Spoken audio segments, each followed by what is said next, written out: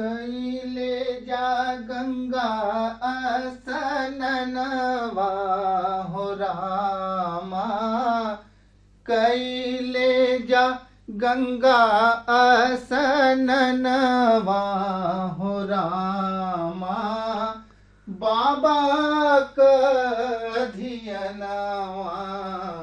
कैले जा। ये हैं छटंकी गुरु। जिंदगी भर वाराणसी पर चांद छिड़कते रहे हैं।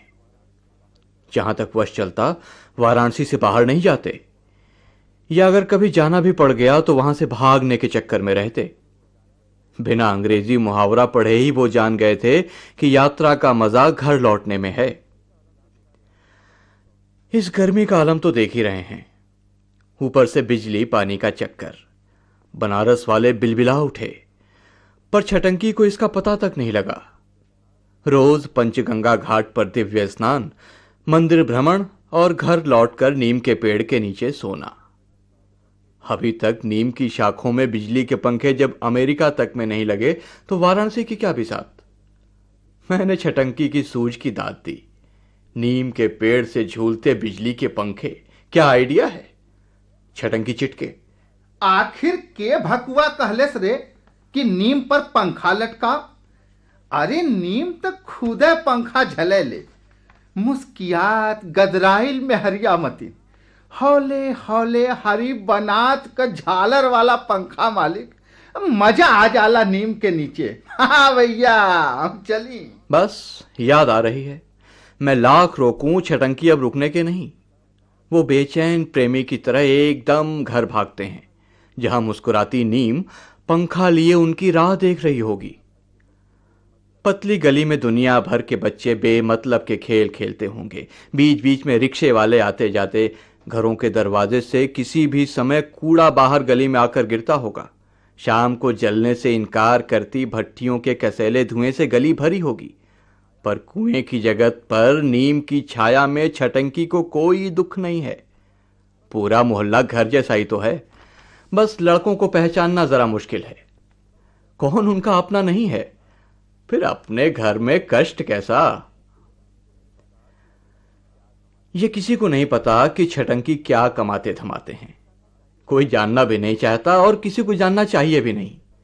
हर एक के दुख दर्द में वो सबसे पहले पहुंचते हैं। बीमारी में सब काम छोड़कर दवा दारू ला देते हैं, इतना सबको पता है। कुछ त्योहारों में उनके शरीर पर पूरे वस्त्र होते हैं, यानी एक कुर्ता गले में डाल लेते हैं। नहीं नहीं, गावटी का एक गमछा पहने और एक कंधे पे रखे वो बिना हिचक कहीं भी जा सकते हैं। जवाहरलाल की सभा हो चाहे बेनियाबाग की चुनाव सभा, वे इसी वेश में हर कहीं जय हिंद बोलने के लिए हाजिर। 1942 में सोनारपुरा के जुलूस में गोली उनके कान के पास से निकल गई थी, तब भी वो गमछा कंधे पर रखे हुए थे। वैसे चप्पल पहनने का रिवाज तो इधर चला है। छटंकी को जूते चप्पल से बड़ी दिक्कत होती है। भाई मंदिर मंदिर घूमे वाले खातिर चप्पल वैसने लगला जैसे साधु सन्यासी गांठ में मेहरिया बांध के घूमे। हाँ मालिक, हल्का रह तो उड़त रहबा, तनिको मोह कैला नाही कि धरती धर लेबा। हाँ भैया। छटंकी को जवानी में कसरत का शौक था। कभी 500 बैठक और 100-200 दंड निकाला करते थे। अखाड़े की मिट्टी भी लगाते थे और उस्ताद से गंडा भी बंधवाया था। उम्र के साथ शौक तो चला गया, पर तेवर बाकी हैं। अभी भी रास्ते में निकलते हैं तो दोनों कंधे अपने आप डैने की तरह फूले रहते हैं। शरीर में मांस तो तब भी कम ही था, अब बिल्कुल लोहे की सांकल लगते हैं, जगह जगह ऐसे बल खाए हुए। उनकी जवानी उनके किस्सों में ही रह गई है, उन्हें वे रस ले लेकर सुनाते रहते हैं। खाने पीने का थोड़ा शौक है छटंकी को, पर वो शौक भी ज्यादा दिक्कत तलब नहीं। सुबह ललरी साव की जलेबी उनकी कमजोरी है। शाम को मल्लू सरदार की मलाई वो जरूर लेते हैं। वैसे पहले खाते थे, अब सुरमे की तरह आंखों में लगाते हैं। मूड में आने पर बस इतना ही खुलते हैं, नहीं तो महंगाई की शिकायत करते उन्हें मैंने कभी नहीं सुना। बिना अर्थशास्त्र का अध्ययन किए ही वो जानते हैं कि बेकार की खरीद फरोख्त से काले धन का चक्कर बढ़ता है, तो वे इस चक्कर में पड़ते ही नहीं। मलाई दूध का मजा चीनी बिगाड़ देती है, और जिस दिन वो गली से निकलकर सड़क छाप चाय पी लेते हैं, उन्हें नींद ही नहीं आती। कहते हैं टूथब्रश दांत खराब कर देते हैं। भला नीम का दतुअन के रहते अरे के ऊंट का बाल मुंहे में नावे। राम राम राम राम राम, का जमाना आ गयल हो। अरे साबुन कौनो देहे में लगावे का चीज हो। अरे ओसे तो बस गमछा में साफा दा और सूखे खातिन बांस पर फैला के मालिक सीधे गंगा मैया के गोदी में पहुंच जा। अरे माई से निमन सफाई के करी ये साबुन। अरे राम राम कहा मालिक। किसी सवारी पर बैठे उन्हें एक जमाना हुआ। गैबी, सारनाथ, दुर्गा जी, संकट मोचन, गाजी मियाँ, नाटी इमली का भरत मिलाप, कहाँ नहीं जाते वो। बाकी तो देवी देवता का दर्शन खातिर अरे कौनो हाथी घोड़ा सजावल जाला। वहां तो जितना घोड़े से चल के पहुंचबा उतना मजा मिली, फिर पुण्य मुनाफे में। हाँ भैया। छटंगी का एक ही शौक है, रामनगर की रामलीला। वो बनारस के पुराने नेमी हैं, यानी हर साल हर लीला देखकर आरती लेकर नाव से भरी गंगा पार करने वाले। वो किसी से डरते नहीं। नंगा नाचे फाटे का उनका प्रिय मुहावरा है। वो एकदम फटक चंद गिरधारी हैं।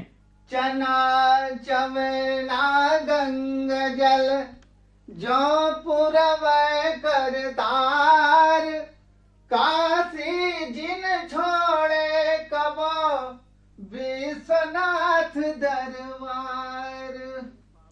आपको न चाहे ताके बाप को न चाहिए कि ठसक वाले छटंकी किसी से ईर्ष्या नहीं करते।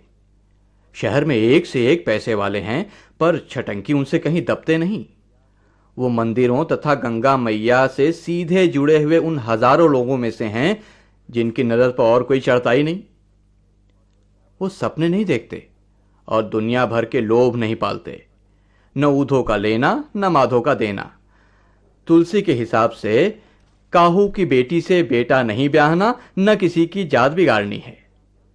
उन्हीं की तरह से भगीरथी जलपान करते, राम का नाम स्मरण करते, काशीपुरी बनारसी में निछद्दम का मजा लेने में मगन रहते हैं।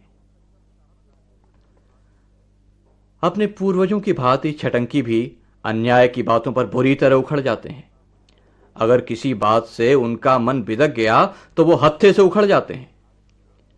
पिछले दिनों विश्वनाथ मंदिर में हुई चोरी पर वो ऐसे बिगड़े जैसे पुराने बनारसी राम हल्ला या हर छड़ी में अपने आपे से बाहर हो गए थे। फिर तो गली छोड़कर उन्होंने चौक थाने के सामने ही डेरा डाल दिया, दाढ़ी बढ़ा ली और विरोधी जुलूसों के स्थायी सदस्य हो गए। सोना मिलने के बाद शिवरात्रि के दिन उन्होंने व्रत रखा तथा विश्वनाथ के दर्शन के लिए पूरे दिन ज्ञानवापी की क्यू में खड़े रहे। बीच बीच में थकने पर हर हर महादेव की जयकार ललकारा करते। हर हर महादेव।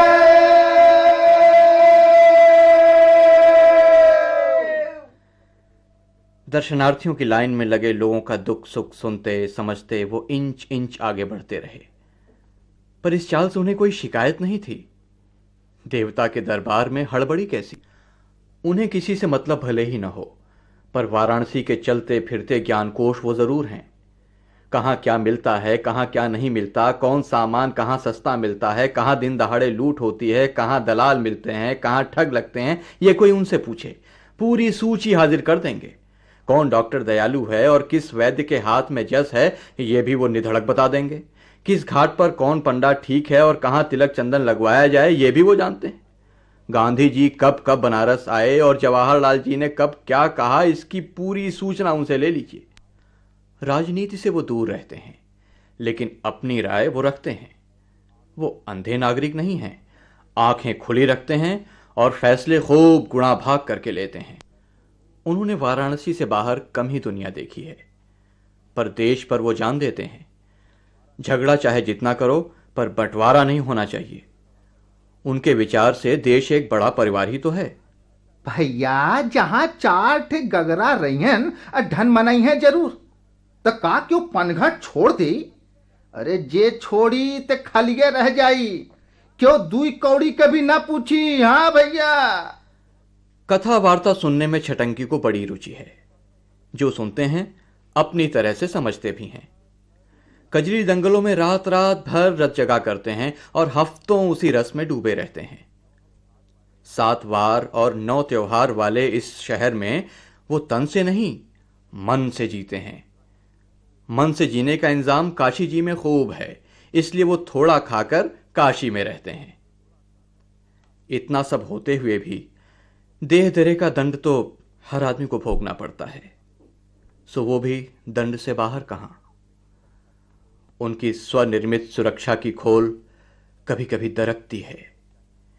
जिंदगी की कठोर सच्चाइयां उन्हें कभी कभी कस कर झकझोरती भी हैं, पर इस सब पर उनकी प्रतिक्रिया खालिस या उनके शब्दों में निखालिस उनकी ही होती है। वाराणसी के धार्मिक राजनीतिक नेता क्या कहते रहते हैं ये तो वो ही जाने। छटंकी की राय हमेशा छटंकी की राय होती है। उनके हल्के शरीर पर मत जाइए, उनकी राय वजनदार होती है। फिर आपको उनके वजन से क्या लेना देना? आप क्या वेट लिफ्टर हैं? आप बात का वजन देखिए और उठा सकें तो छटंकी के नाज उठाइए। लीजिए, आ रहे हैं। अरे लहर लहर लहराई गंगा जी का पनिया की हलर हलर हिलको। आरे दुखा बिना सही सुखा सरसई सबके की कृपा के ओर न छू।